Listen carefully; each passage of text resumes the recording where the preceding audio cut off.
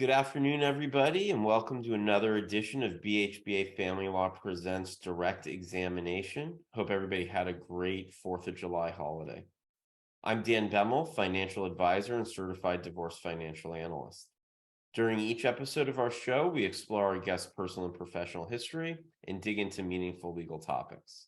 Please continue to join us for our upcoming episodes, always at 12:30 p.m. live on Zoom.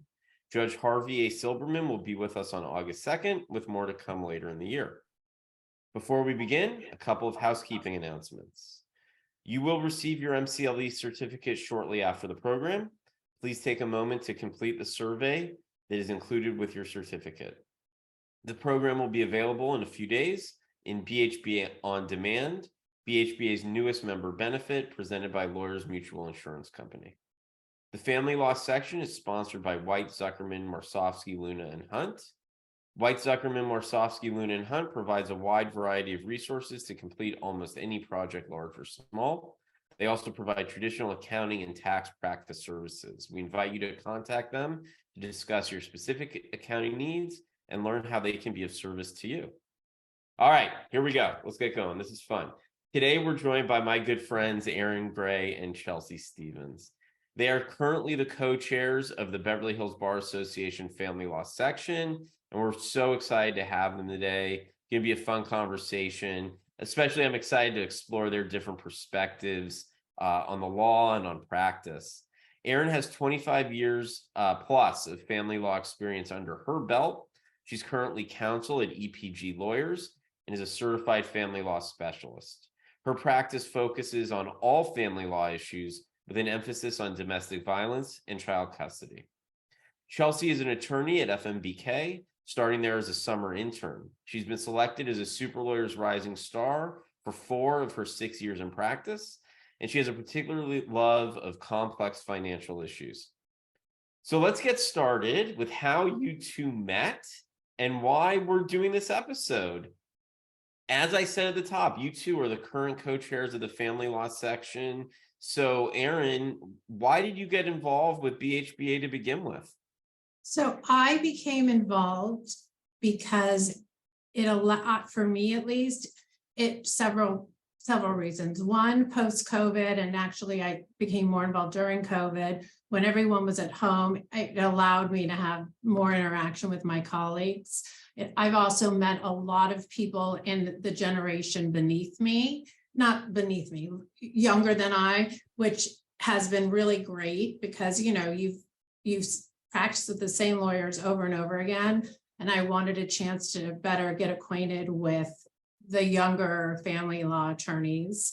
And it's also a way to become more involved in the court process and the legislative process, and to further understand the inner workings of the family law court, which I think is just gives me a better understanding of how to meet the needs of my clients and how to give back to the family law community.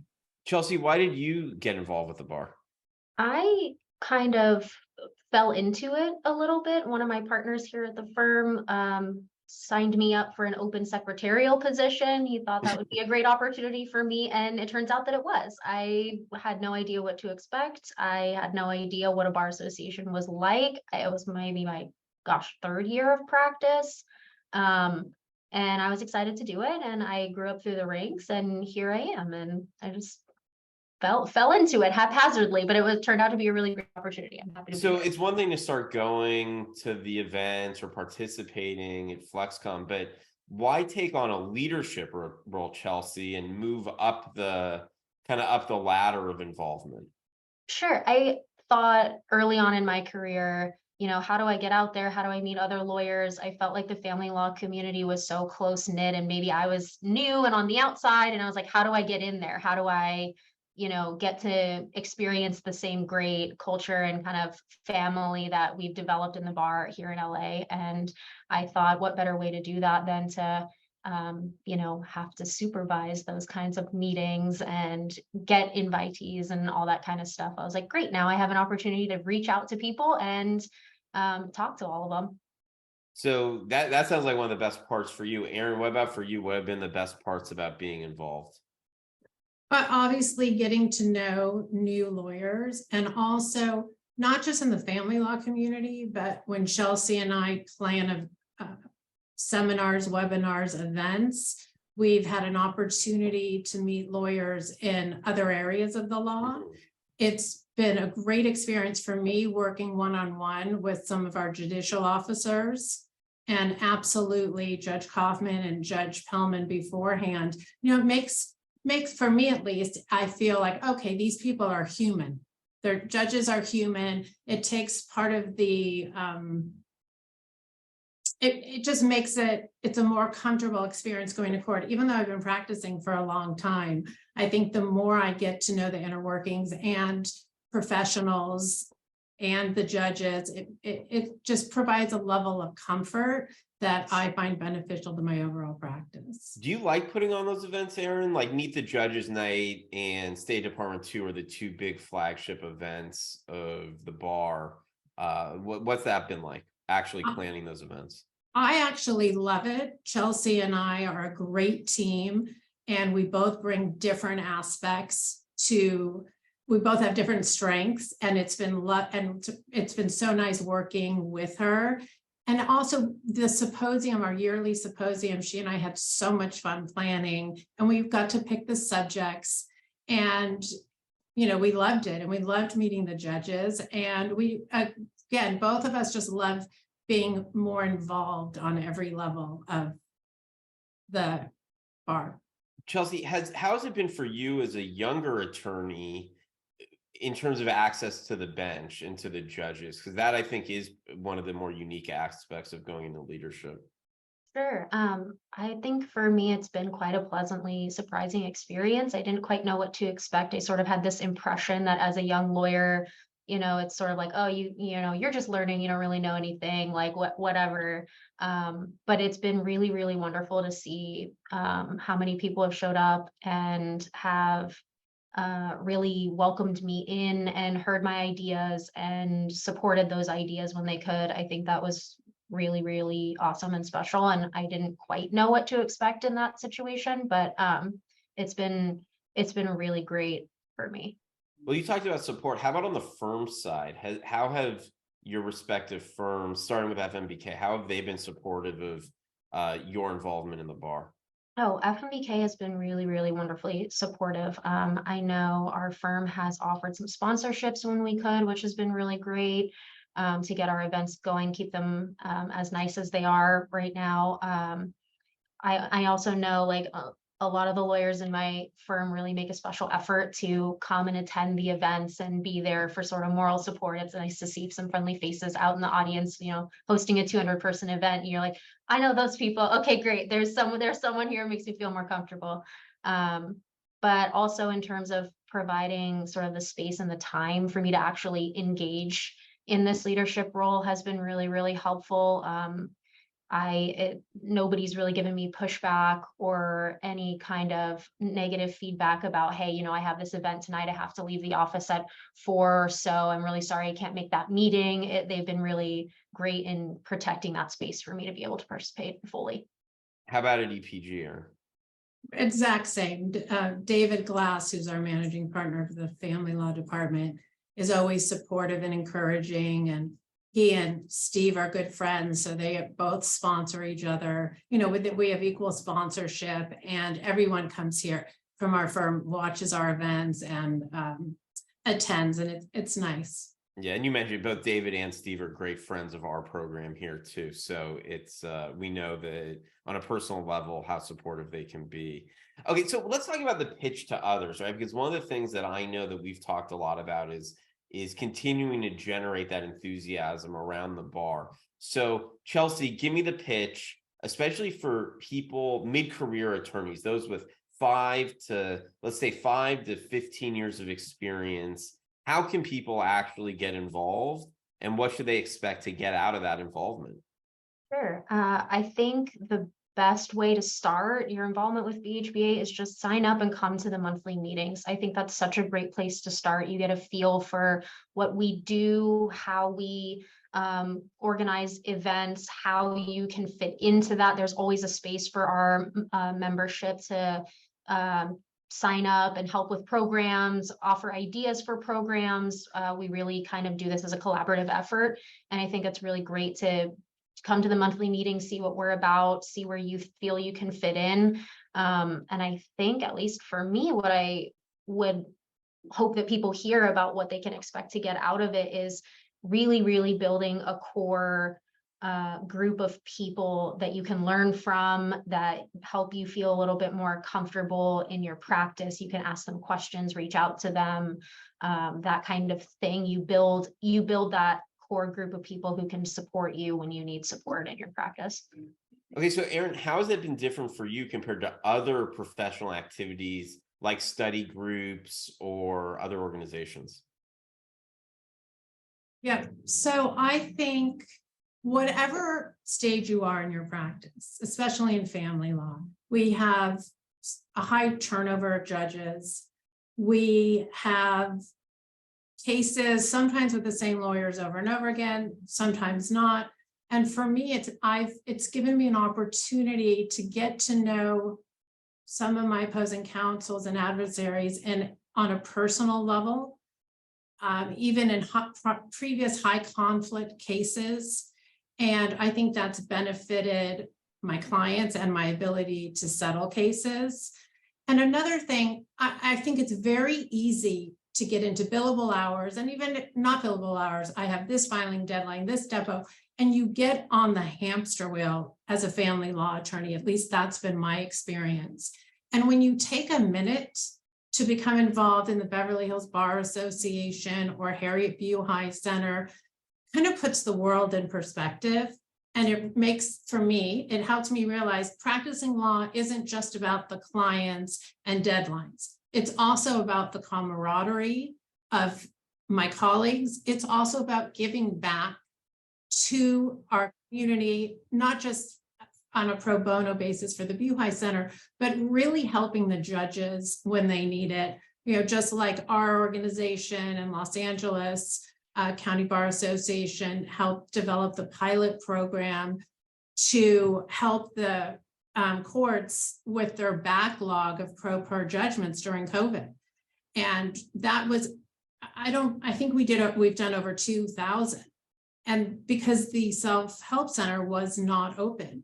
And so that allowed us to really give back to the judicial officers in a way that they could appreciate, and a way for us to thank them for all the hard work they do for us every day. So is there a culture, you mentioned Buhai, what is it about Buhai that kind of helps you balance out both of those sides in terms of giving back? Well, for me personally, I have volunteered for them since I was in law school. And we all donate money to the Buhai Center, but in order for them to meet their mission, which is to help low-income victims of domestic violence, they need soldiers. They need people attending the hearings. And I've always done that, but it really puts the rest of your cases in perspective, because these are people, this is live or die, you know, make it or break it. Without our help, these are children that are going to be in harm's way, financially, physically, emotionally. And it allows us to experience a different type of clientele with different issues, and to really see the everyday person. And also equally has helped me realize what changes need to be made to the family law court system to help pro-pers. Yeah, I think that's great. And I think that there's, just like with the bar, there's a lot of opportunities to get involved in places like Buhai, and Buhai specifically. I know there's a program starting called the New Leaders Program, where people can get involved, take on cases. It's really exciting stuff going on over there. Chelsea, before we move on to more of a personal history, in terms of your practice, how does philanthropy play a role both for you personally and for the firm? Sure. I think giving back to our community organizations is a super important part of our practice here at the firm. I know that our firm makes a particular space for people who want to get involved and is very supportive of that, and will kind of give you the space and the time to do that in a way that works for you, whatever that looks like. So right now my focus is sort of on BHBA and giving back to the bar in that realm. But of course, if I wanted to shift that focus to any kind of pro bono work or anything like that, I have the freedom, the space, and the support in the firm to do that. Amazing. So I want to zoom out and hear more of your personal stories. Erin, did you always feel a pull or a drive to become an attorney? Yes, I've wanted to become an attorney since as long as I can remember. Probably since kindergarten, and I've always wanted to help people. I've always been a proponent of the underdog. You know, even in school when people weren't nice to other kids, I was the one sticking up for them. And all through college and law school, I did various volunteer programs, either through welfare programs and whatnot, whatever I could do to help people. And so I recall the very first day of law school during our orientation, someone asked us to raise our hand if we became lawyers because we wanted to help people. Everyone raised their hand. And he said, after 3 years, none of you are going to raise your hand because this experience is going to be dreadful. You're going to have loans and all you're going to want to do is make money. And I never lost that, fortunately or unfortunately. I still look at this as a way to be of service to our clients. I mean, obviously you have to be an advocate for your client, but I think many people lose sight of the fact that as a family law attorney, our goal is to help the family and the children move through the process. And that doesn't always mean annihilating the other side. So, yeah, I think that's great. What, not annihilating the other side, but on a personal level, what have been some of the biggest challenges in your career?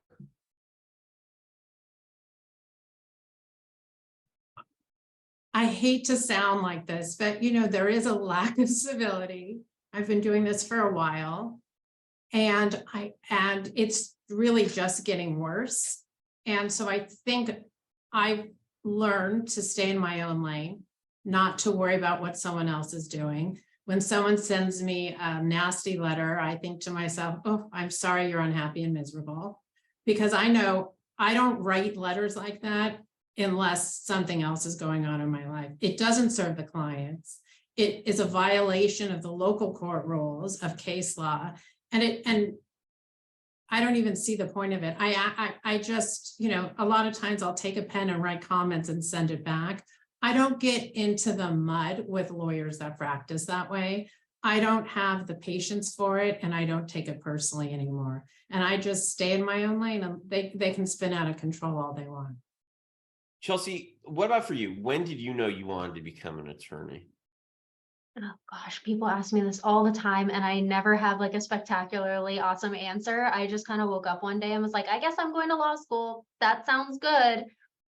That's sort of what I did. And I decided I was going to go to college and do political science as my first effort of being a lawyer. And that was a horrible, horrible mistake. And it almost talked me out of going to law school. Why was that a mistake?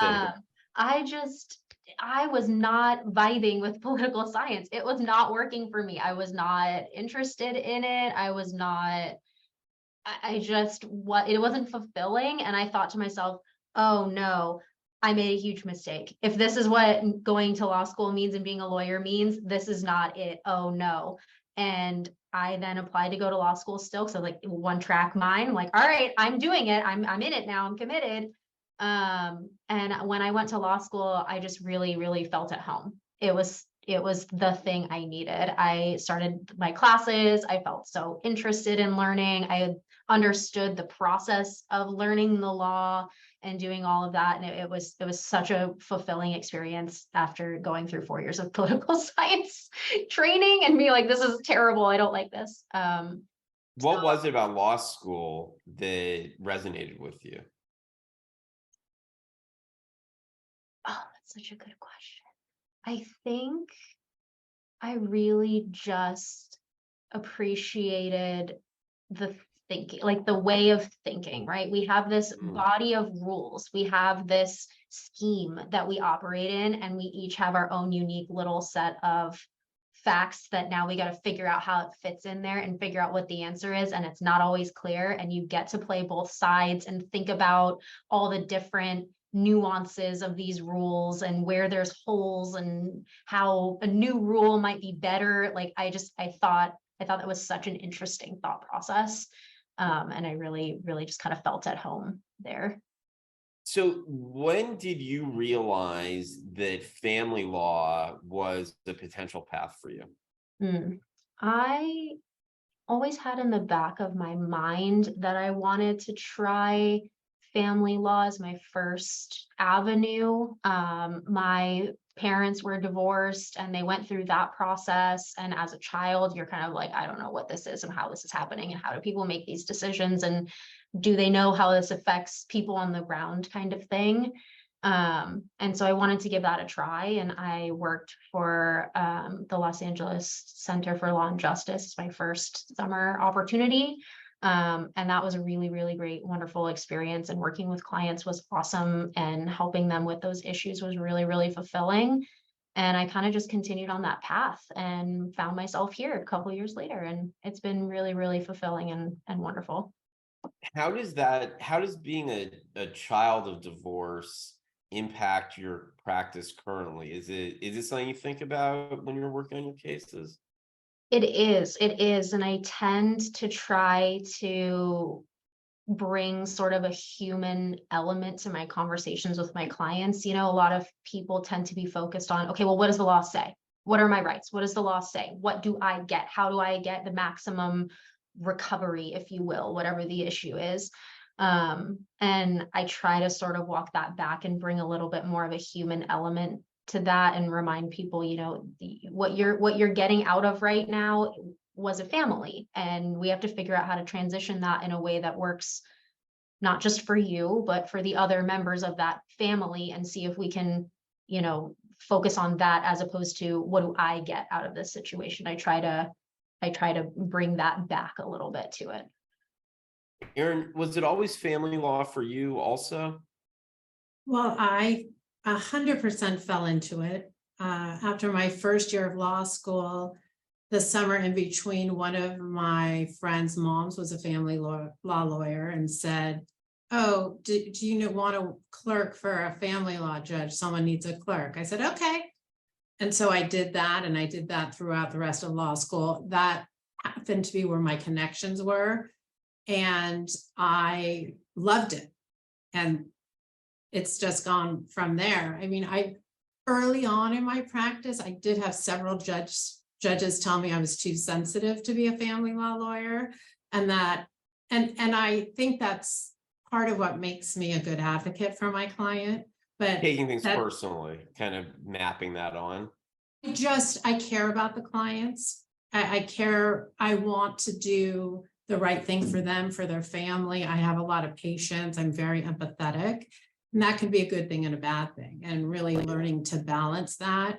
But, you know, to me, there's nothing more important there's nothing that's going to have a bigger effect on your life, on your children's life, on your grandchildren's life, on your great grandchildren's life than how you navigate a divorce.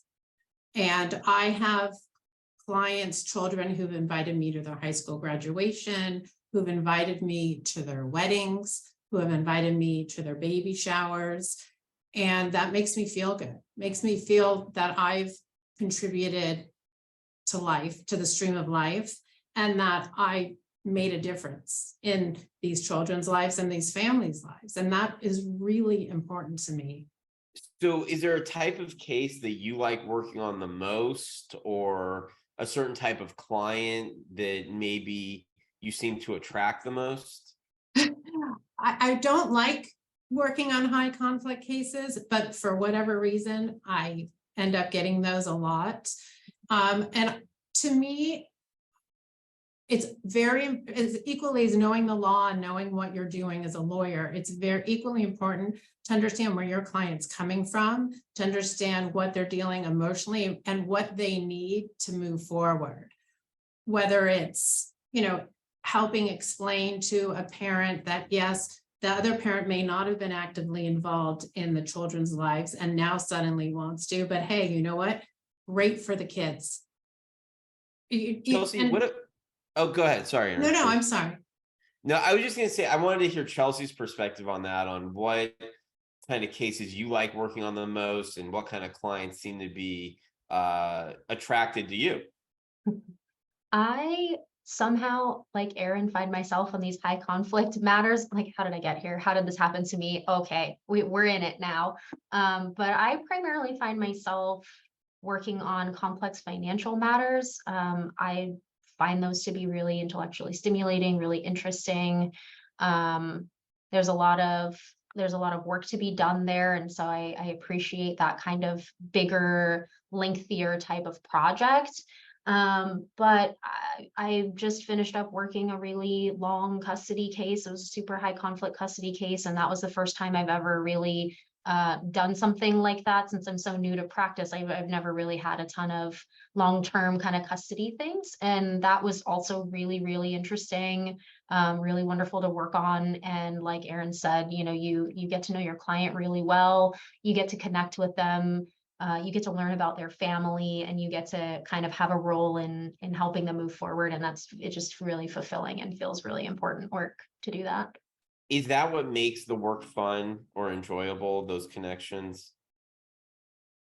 I don't think so. I think so. For me, if I was just sitting in my office, you know, never speaking to a client and just reviewing documents or things like that, I think that would not work for me. I enjoy getting on the phone with the clients. I enjoy even like the downtime in court. You know, you're sitting in the cafeteria eating your grilled cheese with your client and just kind of talking to them about what they did over the weekend. Like, I think that's so amazing that we get to do that. We're not representing, you know, Apple, the entity. We're representing a human being with a whole life and interests and career and all of those things. And I think that's really, really cool to get to spend so much time with these people and learn about them.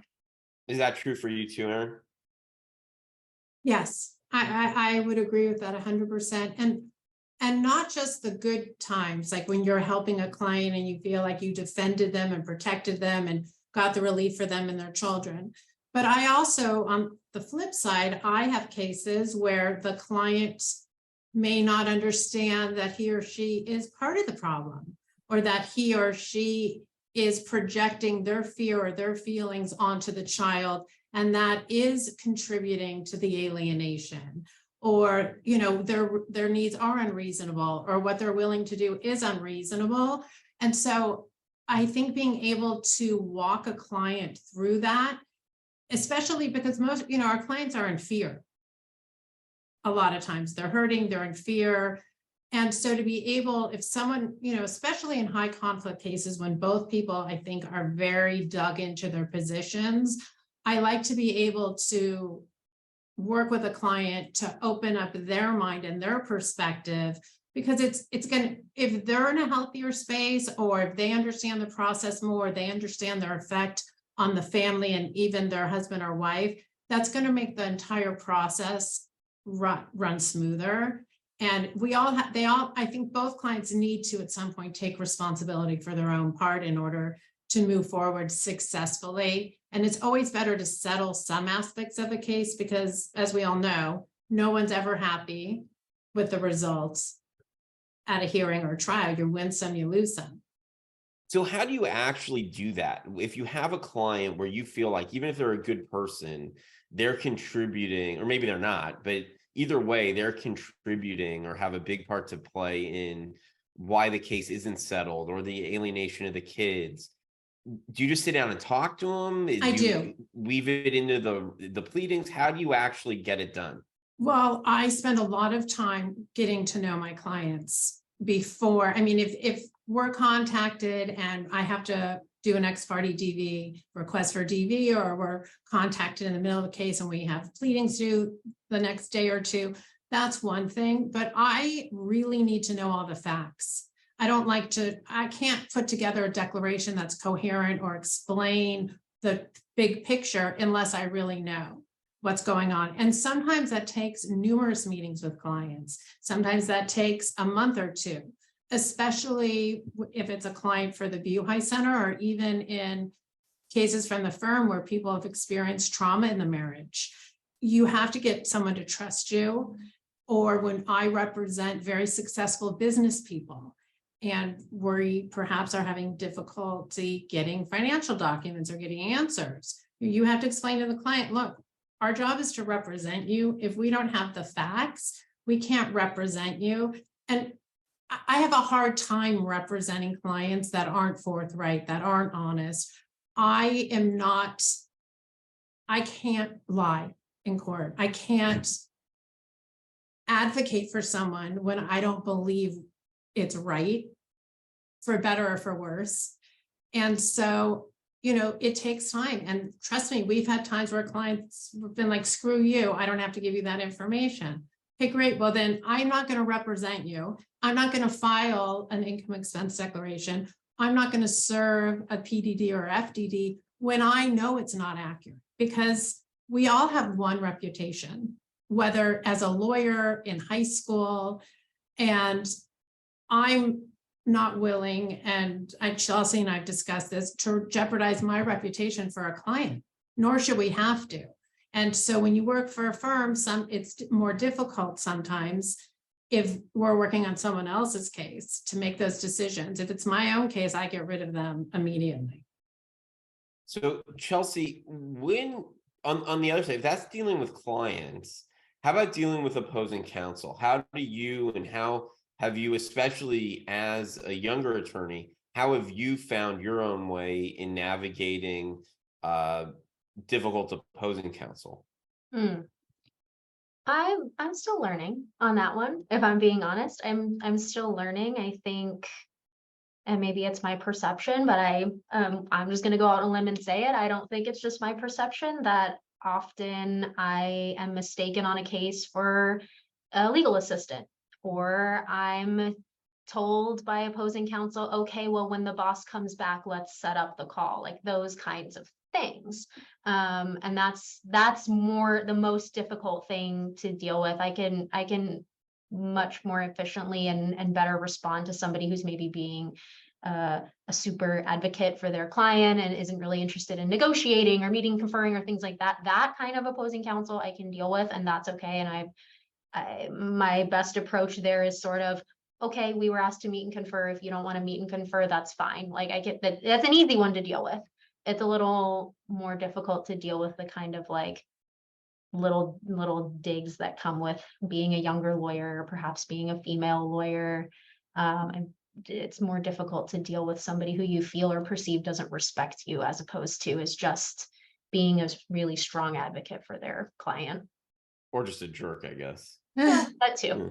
That too. Okay, well, let's talk about that. I think that's an interesting point, right? Is that when you're put in that position, either as a young attorney or as a woman, and not getting that respect, what do you do, especially within the context of a firm environment, right? Where you do have that balance, or you are in a collaborative environment. What do you actually do? What do you think lawyers should do when they're put in that situation?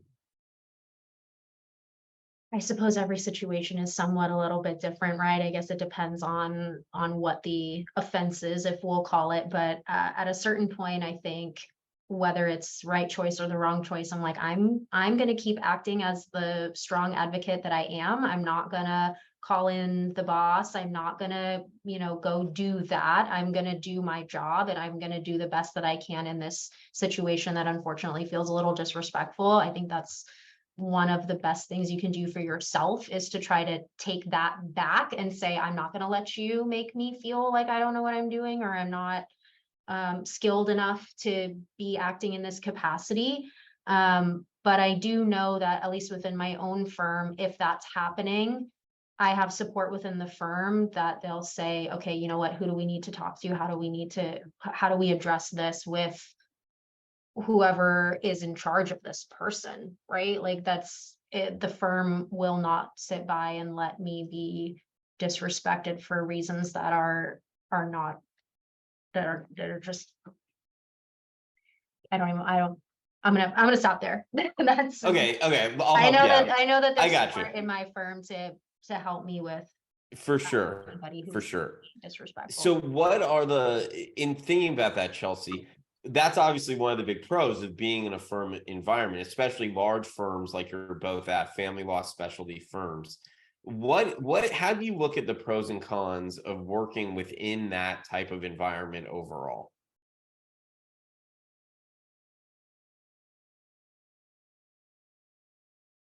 Hard question. I mean, I think I don't know anything else other than firm life. That's like a little hard for me to answer. So I guess like in theory, I guess top of mind for me would be kind of like resources, like I have a lot of resources here in a big firm environment, educational resources, case resources, things like that have really helped me to further my career. But I suppose there could be something to be said about, designing your types of cases or your practice in a little bit of a different way. Working in the firm, I'm sort of expected to and do take the cases that are given to me in some ways. And so I don't get a lot of ability to design my practice and what kinds of cases I want to take or what kinds of cases I don't. There's some ability, but not a ton. So I suppose that would be like another top consideration if I were thinking about that, would be like, do I feel a need to shift my practice to a particular type of general case and I don't have the freedom to do that maybe? So Erin, for you, maybe more specifically, how have you, within the firm environment, how have you found a work-life balance that works both for you and for your practice? So I have a different history than Chelsea, and I've been doing this longer. Initially I've worked for several top firms, 3 years, short amount of time to me. And that was always difficult for me, balancing having 4 or 5 partners or 2 or 3 partners wanting here's a deadline, here's a deadline, here's a deadline. I had a difficult time earlier on my career in balancing all that, and I found it very overwhelming. I practiced on my own before merging my practice with David during COVID. I was on my own for about 10 years. So, I learned I'm not good at the business of law. I'm good at the practice of law. And to the extent that it gave me a lot of self-confidence because I'm running the cases. There's no one saying you made a bad decision or I would write this different. It really made me realize that there can be 10 captains and we all are going to pick a different route to get to our destination. One isn't necessarily better, but you need to learn your style, the way you practice, what you think is right. I definitely miss the resources, the camaraderie, and the interaction. And I never could get the work balanced while I was on my own. Now it's a lot now easier. Do you feel like you have it? 100%, because I have resources as far as humans, I have paralegals or assistants. I have people's brains to pick if need be. And, to be honest, David has really helped me understand the necessity of work-life balance. So how do you actually draw those lines, Erin? How do you set boundaries either with other attorneys at the firm or with clients to preserve that balance? It's still a work in progress. And there's always the nature of our business that we're always going to have ex partes. We're always going to have emergencies. You're going to hit months where you have a filing deadline, 1 or 2 a day, where you're in trial back to back to back to back to back. I just know that there's going to be a reprieve at the end of it. And I just muster through it. There's times when I need to talk to clients at night, or there is my client's kids were kidnapped. So it's okay that he calls me on a Saturday, but I'm not going to take a call on a Saturday or Sunday or 4th of July because someone's complaining that someone didn't return a beach towel yesterday. I'm not going to do that. And you have to teach your clients that. But at the same time, when, that same client, when the father refused to return the child for a court order and there's restraining orders, I'm going to answer that phone. If I know what is going on. And you just, at some point you have to say, okay, like this is how much time I have to do this. And I'm just going to get it done, get the job done. We don't have time to do an A++ job and put every single thing in. That's really part of learning how to effectively practice law and work smarter, not harder. And it's a work in progress. Trust me. One of the things you talked about were stints at some of the other big firms in town. At that time when you were coming up, what did you want? What did you think firm leadership should be doing to nurture your talent and your generation of attorneys when you were kind of on the rise? Well, I'm not certain I had specific expectations, but I know that my experience wasn't acceptable. There was a lot of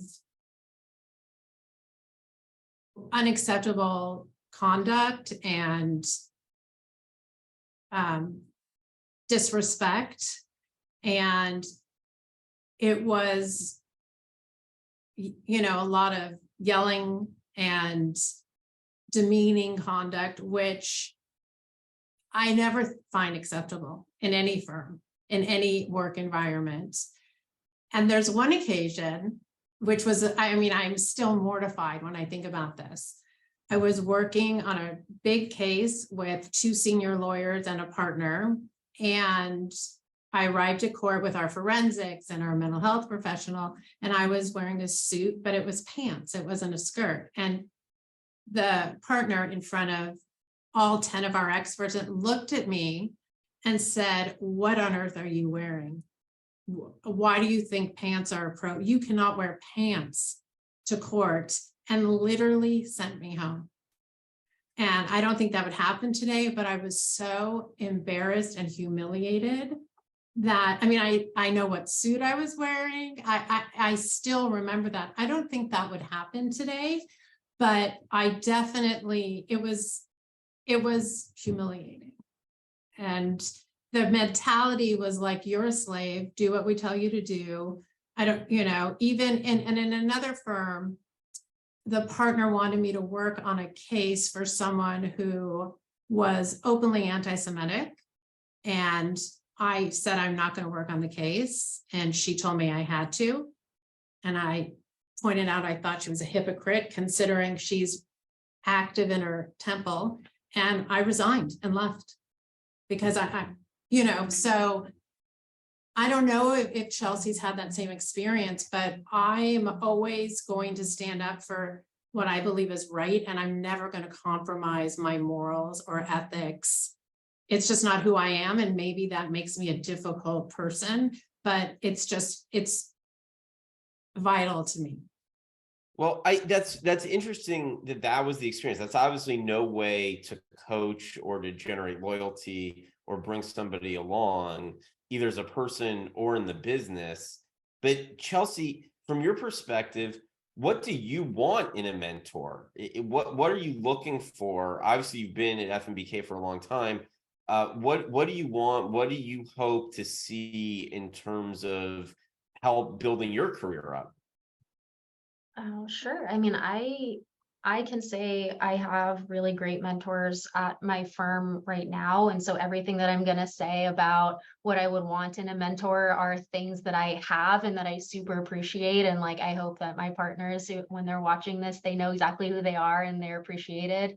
But I have so much support from these mentors. I, as a young attorney, as a young attorney, I guess I'm still a young attorney. What am I talking about? But when I was really, really new to practice, I was terrified to go to court. I was so scared. And I worked with mentors who were like, okay, let's be honest. You're a lawyer, so you're gonna have to get over that. But let's figure out what that looks like so that you can do it in a successful way for you, instead of what I hear more commonly is like, well, you're a lawyer, go get in there, do it. I'm throwing you in. That's how we're going to do it. I don't think that would have worked for me. And I had mentors who understood that and who really worked with me to get me more comfortable in a much faster, better way than I would have done just kind of sink or swim approach. I also have partners in my firm who are really interested to hear about the cases that I like. And they want to give me work that I enjoy. Obviously, that can't always happen. We need people to staff cases, and maybe it's not my favorite thing in the world, but that's okay. But knowing that they actually sit down and think to themselves, let me ask her what she enjoys. And if I have that on my roster, let me bring her in and have her do the most successful work that she can. I think that's really, really great. I also think another thing that's important to me from my mentors is they give me some space to be a person. My life's not always going well. I don't think anybody's life is always perfect and going well, and they show up to work and they're their best self and they're their most focused self, and that's what they're doing. I had early in my career, I had sort of an abrupt breakup of a relationship happen, and administratively and emotionally, it was a lot of work for me and a lot of trauma there. And I was able to rely on my partners and say, hey, you know what? I need to take a week to go find a new place to live. I'm sorry, I can't, I don't have the space to be here right now. And they were like, we've got it. That's okay. And, you know, I know you'll have my back the next time something happens with me or my family or whatever. And that's what we do around here. Anytime a partner calls and says, hey, you know what? I'm having a family emergency. I need you to take this hearing. I need you to do this. We're like, got it. Give it. I got it. We will show up for you. And I think that's incredible in a mentor or in a firm, really, is to have that personal support where we're all people, things happen, and we need the space to not just feel like we're a robot and we have to show up and we have to be on 100% of the time. That's so cool. Do you think it's, broadly speaking, right? Erin talked about the culture and especially in that once in her story, about just pants, right? Like that's crazy that was a thing. But it's true, and that's like a million. We've had guests on the show from even earlier generations, like Alice and Stacy, talking about how difficult it was navigating the culture. Chelsea, do you think culturally within the family law community, it's easier to speak up or safer to speak up when you see something wrong like that? I mean, I can speak for myself and my firm and my experience, which is I think that at least here and for me, I feel safe to show up and say something, whether it's something that's happened to me, whether it's something that's happened to another lawyer in the firm. I can remember a time, gosh, I don't remember if I was a summer associate or if I was like in my interim period before I started at FMBK. I went to a holiday party and another lawyer at that holiday party started making some inappropriate comments to me about my glasses, and that apparently it was his perception that my clients would not respect me because I wore glasses, and that I needed to consider getting contacts so that my clients would respect me and I would earn more business. And I don't even know what came over me. I don't know why I did any of this. I was just so in shock. At one point, he was like, well, just take your glasses off. I want to see what your face looks like without them. And I did it. And I did it. Why? Why? I don't know. I was just stuck in this terrible situation. I didn't know what to do. And I thought somehow that would get me out of it. I don't know, make it over. But that was awful. It should have never happened. I don't think my glasses have anything to do with my respect or my ability as a lawyer. I don't know that it has to do with anything, but I was able to go to my partners and say, hey, I want to talk to you guys about something that happened. And immediately they were like, okay, let's talk about it now. Let's figure out what we're going to do. Like, I'm really sorry that happened. Like, and they got it. There was no flim flam of, oh, well, do you think they really meant that? Like, nope, nobody had anything to say for this person other than, you know what, that's not okay, and we're sorry, and we're gonna make this right. And it was really nice to feel heard. It was really nice to not have to justify my interpretation of what happened. It was just believed and addressed, and I so appreciated that. And what could have been a really pivotal moment early in my career at this firm was addressed in a way that I felt I would stay. right? Like That's I could have said, you know what, okay, like this is not, if this is how this is going to be done, I don't want to be here, but they addressed it in a way that I was like, great, I'm new here, and they very easily could have said, you're just kind of a problem. And that's not what occurred at all. And I feel so grateful for that having been addressed. Erin, has support for you ever come from surprising places? Any positive support? Yes. And oh, yes, of course. And listen, I've had good experience with firms. I just gave you 2 negative ones, but there's always been senior lawyers I worked with that were very supportive and provided, positive feedback. How about from the bench? Yeah, I just was thinking about, there was an occasion. I think it was the first domestic violence restraining order I'd ever defended. And I really believed in my client. And I was adamant about it. And the judge issued a permanent restraining order, maybe for 6 months. And I guess the look on my face was that I disapproved, and the judge, said from the bench, told me I did a great job advocating for my client and assured me that he could see things from where he was sitting that I couldn't see, and that he made the orders he felt were necessary, and he was sorry he was disappointed, and that he hoped it was the only time I was ever that disappointed. But at least I felt better. I walked outside, and my client was so angry that he pushed me down the escalator. So it really was a good experience, because it made me look, the judge did see things I didn't see, but it was also nice of him to say that from the bench. And that still happens, where judges will comment and say that, if listen, we have bad facts, right?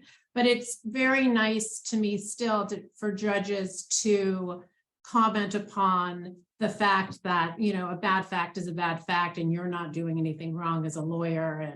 But that's one thing where I really look back and appreciate that the judge had said that. Yeah, I guess especially with that outcome, not knowing that part of your client or not seeing that. Right. What happened after that? The client wrote a bunch of negative reviews about me. Ugh. And I just let it go. And, there's been maybe 3 or 4 times in my career that I can think of where I have just been flabbergasted with a court's ruling. And that one experience has taught me that when that happens, I need to take a deep breath and give it a week or 2. And on the other 3 occasions, I realized in retrospect, once I've had space, I understand now. And so I know that when things happen and that don't make sense to me, that I just need to take a deep breath and give it a minute, that I'm too in the moment or too emotionally involved to really have perspective, which happens because we're advocates. So a lot of times we see our side. And just like I ask my clients to see the person's other side, it's a good reminder to me as well to see the other side as well, the other parties or lawyer side. Yeah, that's really amazing framing, and I think speaks to the potential for growth over the course of a career to have that perspective. And it goes back to those balance issues we were talking about. What else, Erin, has changed either for you or for the culture since you've been practicing that's been really positive, both for you and for the clients that we serve? Well, listen, COVID was unfortunate. I'm sorry for everyone who got sick and for anyone who lost a loved one. But in my personal experience, it really increased the camaraderie between colleagues. I think that the judges were a bit more relaxed as well. I think I feel more of a sense of community since then that's carried over. I think people are more patient, more understanding. I mean, trust me, there's the exceptions to the rule. And I think that what I've seen, and I think this has been Chelsea's experience through my conversations with her, is, when I first started, the partners always did every single hearing, every single deposition. You had to be a 10-year lawyer to defend a deposition. And what I see now is that that's not necessarily the case, and lawyers are given the opportunity to shine. And we do that here at our firm. I always try to promote that. And so I think that's a really big difference that I've personally observed, that I think overall makes it a better environment in which to practice. Chelsea, have you had support? I want to go back to that a little bit. Where outside of your firm, you talked about the firm a lot, but outside the firm, have you seen support come from surprising places, either clients or from bench officers? Yeah, I think one of my favorite stories to tell right now, and I tell this to all the young lawyers that I meet, I love this. I love this concept so much, is working with a judge who is kind of focused or at least thoughtful about bringing up the young lawyers. With the type of work that I do, I usually tend to be second chair on a case, if not third chair on a case. And I'm working cases with big lawyers in the room. And I worked with one judge very recently that kind of throughout the case would always say, like, well, okay, let's be honest. We know that Chelsea's going to do this work. So, she always gives us a good product. So I'm just going to talk to her about these things, and she's going to produce the order or whatever it is that we need done. And like, she's going to do a great job. And just that, the little faith, like that faith that came from a judicial officer who had so much power, so much knowledge, so much control over the case was super incredible. And in a recent hearing, he at the beginning of the hearing was like, okay, I'm going to have Chelsea read the order into the record. We're going to have the whole hearing. She's going to read the order into the record. I'm letting everybody know that now. Which was really him letting me know that so I could get mentally prepared and not die at the time when he calls on me to read the order. But then when it came time for me to do that, I inevitably forgot something that he had said. And he was like, I think maybe we should go back to this. And he was super gentle about it. And it was just a moment of this person who is so highly respected and skilled has faith in me, and that's awesome. And it's not that anybody else in the room doesn't or anything like that, but sometimes as that third chair with all of these really super well-seasoned practitioners, I'm like, oh my God, I don't know what I'm doing. I'm never going to be as good as these people. What am I going to do? And it was just so awesome to have somebody make that space and be super supportive of it. I love that. That's a direct link between what Erin was talking about, right? In the room, that's the lived experience of what Erin described. I think that's so cool. I can't believe we're almost out of time. There's like whole chunks of questions that I wanted to ask you about your practices and how you look at originating versus some of the things that you talked about, Chelsea, staffing cases.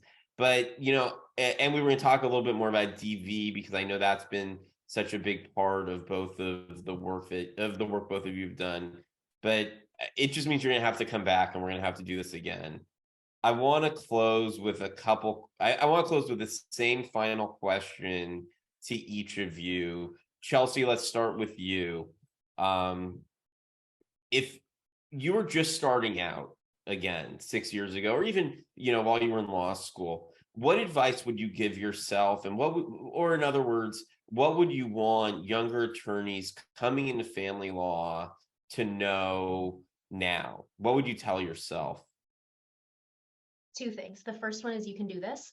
I think that's what I would tell myself. And that's what I tell younger lawyers. I think there's, so much going on around us with people who are really, really skilled that we feel so out of touch or behind or things like that. And we don't know it all. You'll get there. You can do it. Don't be put off or afraid by people who seem like they're really, really skilled and know what's up. You'll get there. You'll be that person. And the second thing that I would tell people is learn to set boundaries early and often with clients, with other lawyers. I came in wide-eyed and optimistic and said, give me every case and I'll answer the client call whenever. And that was not a workable thing to do.